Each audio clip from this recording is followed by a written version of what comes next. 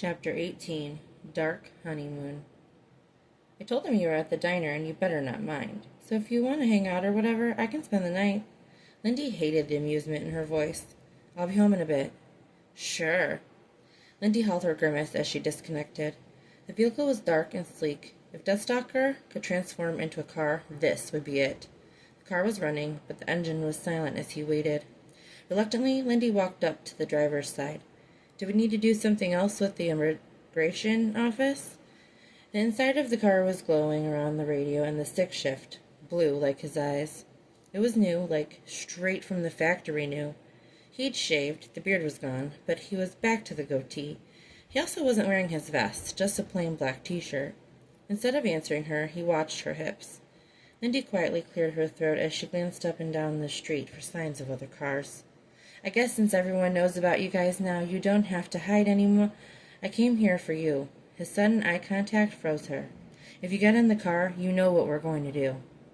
Lindy felt her body react to his words, and she hated herself for it. God, she had enough problems, and he could make you forget them at least for a little bit. At any moment, a patrol car could come, and she'd have to explain what they were doing out there. Noah continued waiting, the quiet purr of the engine undercutting the thumping of her heart. The right thing to do was to tell him no, get in her car, and leave. He didn't seem interested in saying anything else to her, but he hadn't come there to talk. This wasn't the Noah she knew. He always had an edge to him, but this was the first time she'd known it to eclipse everything else. His hand was on the steering wheel, and Lindy's eyes followed the scorpion artwork to the ink that traveled up his forearms. It briefly disappeared behind the dark t-shirt before reappearing again in his neck. A night breeze hit her suddenly, causing her to realize how warm she'd become. Pushing the diner keys into her pocket, she rounded the front of Noah's car and got into the passenger side, ignoring her racing heart. Noah rolled his window up and swiftly drove away from the diner. They pulled to a stop near the warehouse, and Lindy couldn't believe how much work they'd gotten done. 2 additional buildings were on the lot now, one partially constructed, with the other getting siding. Where are you staying now? She was asking questions to someone that didn't want to talk to her. Noah shut off the engine and rounded the car. He came to the passenger side and opened the door for her. Was this the real Scorpio? Shit. She probably should have gone home. From the lowness of the sports car, Lindy could only see the lower half of his body. Under the light, his jeans weren't black, but dark navy.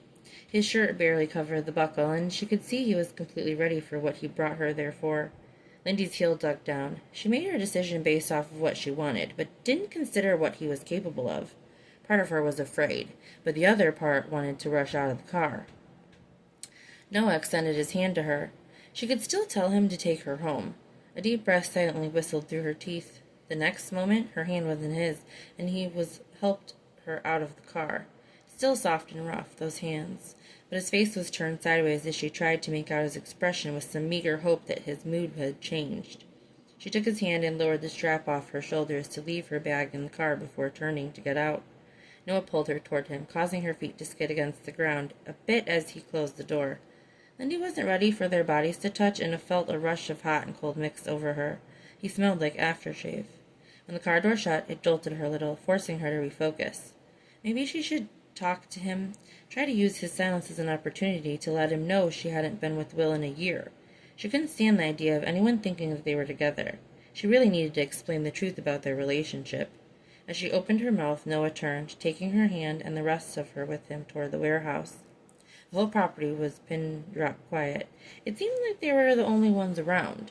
Only they were inside the warehouse. The large door echoed as he closed it behind them. The lights were almost blinding in contrast to the dark outside. Lindy shielded her eyes from it, and Noah snapped about half of them off in response.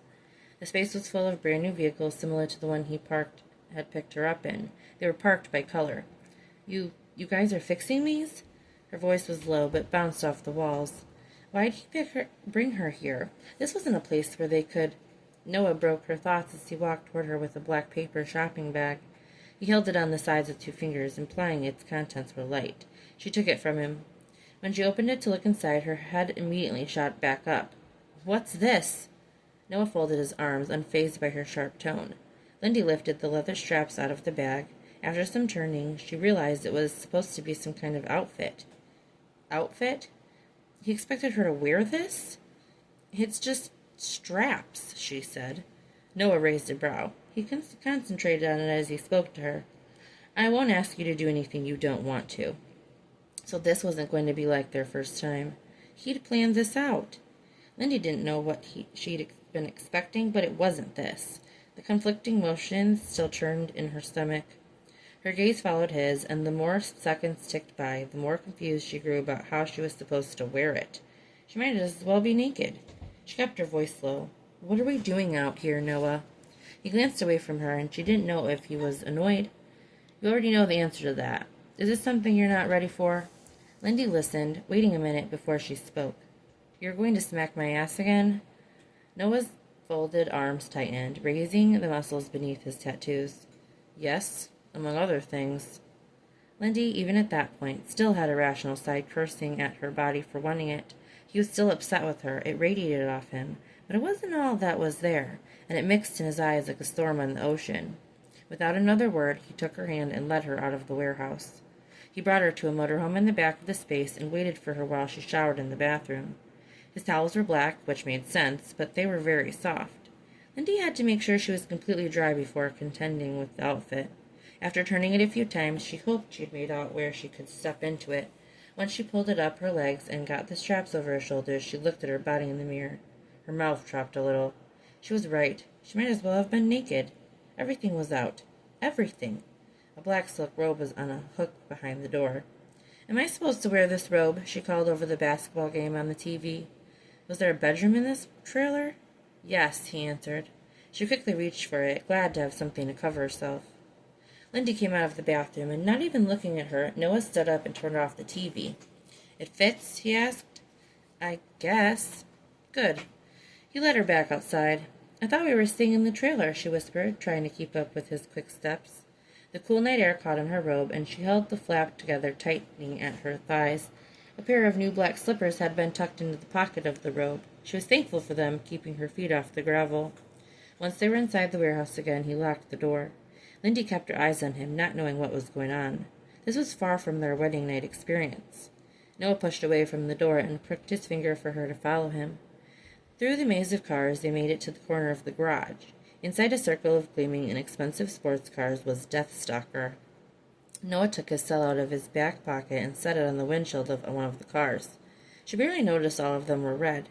You want me to ride with you in this? Noah pulled his T-shirt off, causing his nipple rings to shine bright in the light. Something like that. He tossed the shirt. I want the robe off. The jeans were tight, but fit low against his hips and looked new. For the first time, she noticed the dark wings on his back and the Death Skulls logo right beneath his shoulders. The club must have meant a lot to him. Did you hear me? He was facing her now. Yes, she answered quickly. The magnetism she felt toward him from the first day was still there, the intensity in his expression raising goosebumps on her arms. Noah leaned against the car, waiting for her. With numb, anxious hands, Lindy undid the sash on the robe. She barely felt the texture in her hands, and as her heartbeat quickened, so did her movements. Looking everywhere except him, she dropped the robe from her shoulders. The air in the garage was cool and dry. It wasn't public, but it was unfamiliar. The air touched all part of her newly exposed skin. After a minute of silence, Noah pulled away from the car. Lindy didn't feel like she had any control in the moment, and she didn't know how to feel about it. The first time at the motel, she'd been ready. Maybe then it was the specialness of the occasion that helped her shed her caution, but this was different. Noah was different.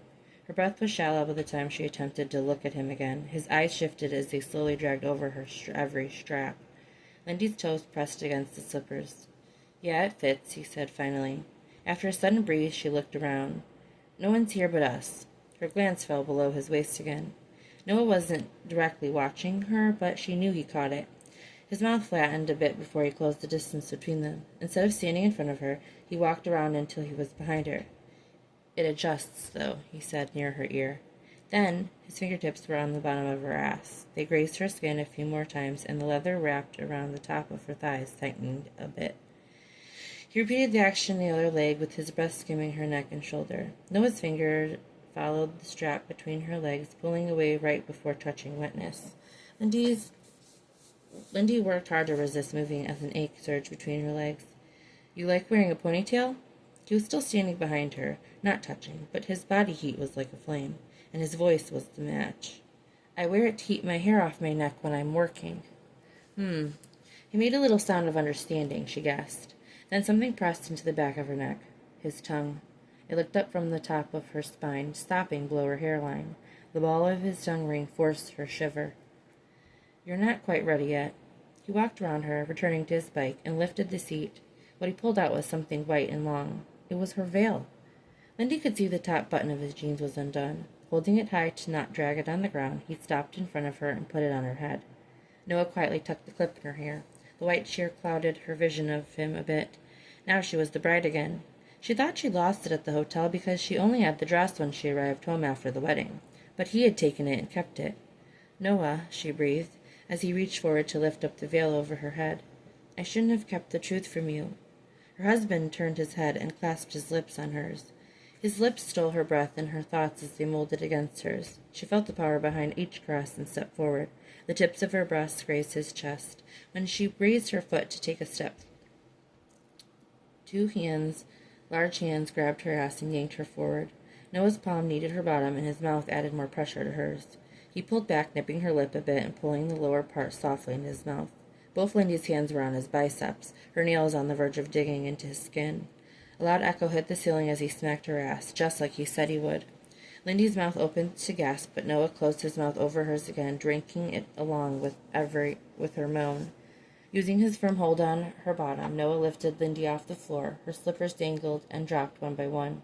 Her breast molded to him as he turned around and started walking with her, all the while his mouth nibbling her jaw and chin. Her hands were replaced by something cool as Noah sat her naked ass down on the seat of his bike. Lindy immediately tightened her grip on his forearm, afraid she'd tip the bike. It's on a stand, he assured her. A lock of coiling hair was in her hand. Some of it spilled over his shoulder, and she couldn't help but touch it. She tried to look at him, but his eyes quickly lowered from hers. His mouth was flushed from kissing her, giving him a more devilish look than usual, if that was possible. When he reached into his back pocket, he pulled out a condom. Then he offered it to her between 2 fingers. Lindy adjusted her feet against the concrete before accepting it. Noah unzipped his pants, quickly pushing them down and kicking them off. In reflex, Lindy almost crushed the wrapper in her hand. A much-needed breeze swept over her ankles and thighs, and a soft shift of the fabric against her arm reminded her of her veil again. Open it, he said. Lindy did, tearing it with her fingers and pulling out the latex. Noah took the packet out of her hand, leaving her holding just the condom. Put it on. Lindy leaned forward on the bike seat and placed the condom on his swollen head. She rolled it down as carefully as she could with fingers that weren't so steady. The veins under the hard flesh pulsed under her fingers. Suddenly the tip of her tongue felt dry. The wrapper crinkled in his hand and was dropped to the floor. A warm hand was on the inside of her knee. I know you have a hard time with the bike, so... He didn't explain any further. A hand was on the small of her back, and the other lifted her whole leg on the bike until she was sitting on it backwards. Lindy's thighs rubbed against the metal. Noah casually climbed on the bike, facing her. Blue eyes roamed down her profile. Then his fingertips touched the straps under her breasts. What a perfect bride you are tonight. Lindy touched her shoulder, trying to move back some of the veil. Noah, lay back. Lindy's tongue hit the roof of her mouth, and she shifted forward in the seat to lay back against the length of the large black motorcycle. He lifted her legs, letting her knees bend in the crooks of his arms. You made a mess of my seat.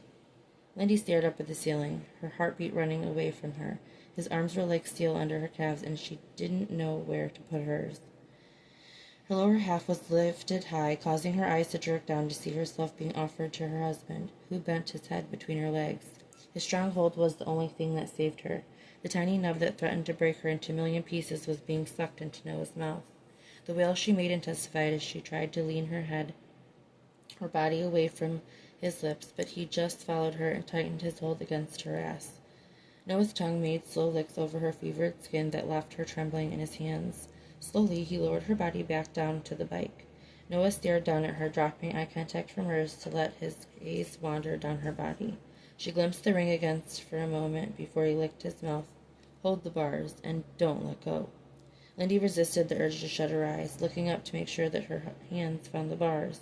Her grip firmed as she felt him tug her hips down.